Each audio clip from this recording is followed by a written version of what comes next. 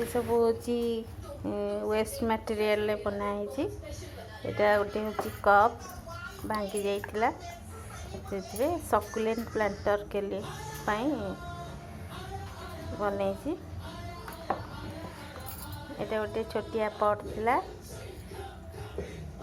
ऐसे टर्टल बना है। एटा भी टर्टल है कुडुआ। ये भी वेस्ट मटेरियल। ये भी गोटे कॉफी मग थिला भांगी जाइतिला।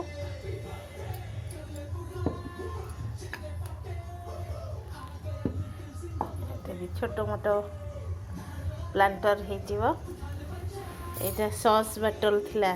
सॉस बॉटल रे वाल पुट्टी देकी एटा बना है।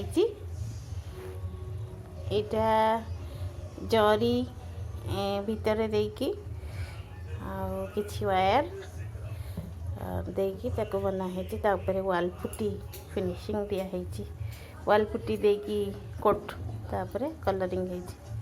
एटा भी गोटे पट थिला। एटा भी गोटे टर्टल प्लांटर है। एटा भी गोटे भंगा कप थिला।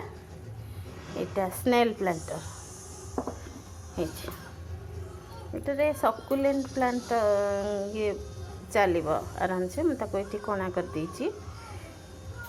सकुलेंट छोटो मोटो